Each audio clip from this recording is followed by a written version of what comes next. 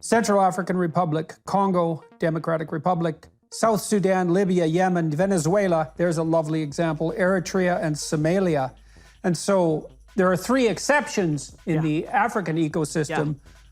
Mauritius, Rwanda, Kenya, South Africa, Botswana, and Zambia. You pointed out in your prospectus, is it prospectus article? Yeah, prospectus article of Artbridge Institute. Right, that Mauritius is a rising star, and Rwanda is in some ways comparable to Georgia. So some of these countries have started to get this right. Yes. And so what's the consequence of that? And what does right mean?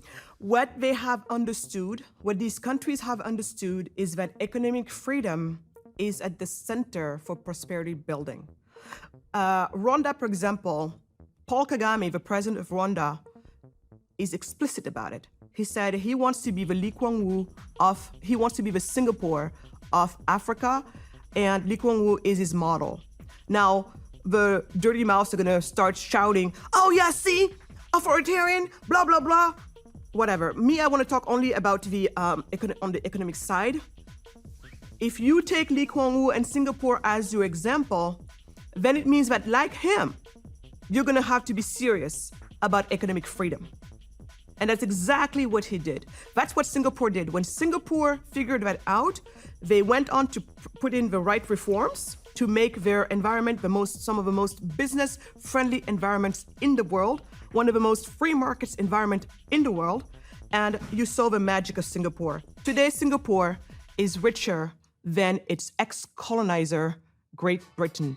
So when I hear people telling me today, oh, Africa is poor because of colonization, I'm like, please, let's move on from that. Does it have maybe a tiny percentage in where we are today? Maybe, and I don't know. But I know it's not the cause, because if it were, many countless countries have been colonized before, and by the way, colonizing one another is humanity's history. It just happened that maybe Africa has been one of the last, colonized region in the world. So in our psyche, it is there, and it acts like nothing happened before to others. But flash news, it's the history of the world. We've been capturing each other back and forth, all of that. So anyway, but the truth is, Singapore, richer than Great Britain today. And then Hong Kong happened. And then because Hong Kong happened, China even today happened. Because China's like, wait a minute, what went on over there? And then China went on to do the exact same thing with its SEZs, the special economic zones, some of the most free market zones in the world. And then look at it happen in communist China, who, when it comes to economics, decided that we're gonna do the free market, we're gonna be capitalist, because that's the only way. We tried everything else. We killed hundreds of millions of people, and we have nothing to show for it. But now that we're tired of being disrespected members of society, because guess what? That's the other thing too. You wanna be respected in this world? You're gonna have to be among the prosperous ones for other reasons. Would it be nice, G, that we respect people just because? Absolutely. But that's really not the world we live in. So when China got tired of being disrespected, they're like, maybe we got to build also some prosperity here, because then they're going to hear us. And today, China, being one of the, being where it is at, even Hollywood, who tries to tell the world how to think, is being told by China what movies to make and how to tweak stories and history in order to be palatable for them. You see the power that comes with being prosperous.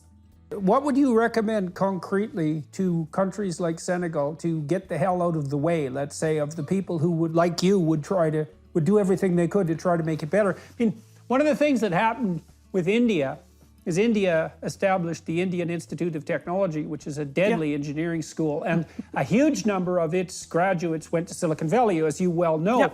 And many of the successful Indian graduates of IIT started to dump money back into India and build a capitalist infrastructure there, or help build a capitalist infrastructure there. So this sort of thing can really take hold. If you were making recommendations to governments who wanted to get on board and stop being like Chad, Haiti, Central African Republic, Congo, South Sudan, Libya, Yemen, and Venezuela, etc., what concrete steps should they take from the bottom up to get the hell out of the way? Exactly. So two things we've been doing, because I'm a practitioner, that's my entrepreneurial journey. I'm an entrepreneur, so I practice what I preach, but I also preach. I preach for free markets. And so when it comes to that, I'm one of the hats that I wear is as the director for the African Center for Prosperity of the Atlas Network, the largest organization in the world of free market think tanks around the world. And so what we do there is we work on reforms around the world to take down barriers of entry for local entrepreneurs. So that's one thing. But as we all know, that's a great initiative to take, and we've been making some really good advances in many countries, especially in Ghana. We've been making a lot of progress with our partners there, Imani. But that is piecemeal legislation. It takes forever. It is hard as heck. And by the time you made a gain here, you made 20 losses over there, and it's an continuous problem. But until we get better, we got to continue at it. So that's one thing we've been doing. And so that's a hat I wear, working with free market think tanks to try to make it easier for local entrepreneurs to join in the party. Additionally, I'm going bold, I'm going radical. For the past few years, we've been advocating an idea for Africa that found some of its roots in Latin America. And again, I'm related to the people who are involved in this. My husband being one of the key figures in this movement, a movement called the Charter Cities. Paul Romer calls it like that. He's a Nobel laureate in economics. Others call it the Free Cities. I like to call it the Startup Cities. So the best way to think about it, Jordan, and it goes back to what you were talking about earlier when you use the word operating software. Most of the most of the low-income nations, so meaning back in the days, the way we used to call it is poor nations, they have regulations for poverty. They're basically regulated for poverty, meaning the laws, the set of law, poverty. It only calls poverty. And so what some of these folks have thought about, looking at the Dubai example, Dubai just recently entered the top 10 of international financial centers of the world. And what Dubai did at some point is think about it and be like, on this bare,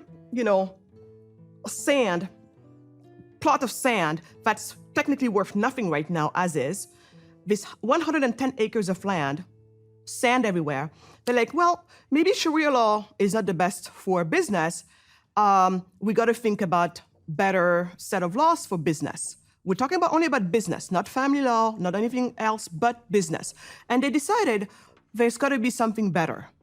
And so they looked around, and that's actually when, to take one of the terms you used earlier, they're starting to realize, common law is actually a better way for business, specifically British common law. So at that point, and I'm oversimplifying here because otherwise we can totally geek out on it. Remember, this is like one of my latest things that I've been involved in, but latest, it's been the past 10 years, and I'm going to share with you a win. So Dubai is like, we have to adopt British,